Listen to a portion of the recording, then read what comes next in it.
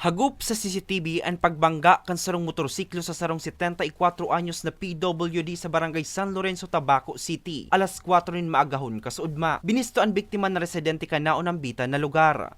Mantang sarong collector nin lending company ang nakabanggang motorista asin residente kan barangay San Roque, Mercedes, Camarines Norte. Nagluluwas sa investigasyon na papuli na kutaan motorista kan mangyari ang insidente. Sir, sa sa CCTV, nagabalyo inin si PWD, luway-luway, kaigo siyang tiririt to, po, igagamit kang, taklay kung sa Tagalog. Ay taklay po inin si PWD, and luway-luway lang to pagbalyo niya, talagang makastos lang talaga inin, driver kang motorsiklo. Makalis ang pagkakakulong ng 12 oras. Nakaluwas naman sa kulungan ang sospek matapos na maariglo ang pamilya kan biktima. Sa presente, pigtatratar pa sa Ziga Memorial District Hospital ang biktima.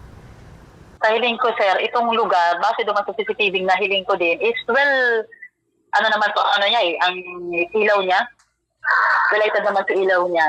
Kaya talagang siguro, is human error din po siguro in nangyaring ini. Kaya talagang makaskaso lang talaga po pagmaneho, kantatuyang driver. Katakod ka ini, liwat na nangapudan ang pulisya sa mga motorista asin sa gabos na nagagamit kan tinampo na maging alerto ngani makalikay sa anuman na diskwido. Para sa mga baretang tatak Bicol, Hercules Perbacena.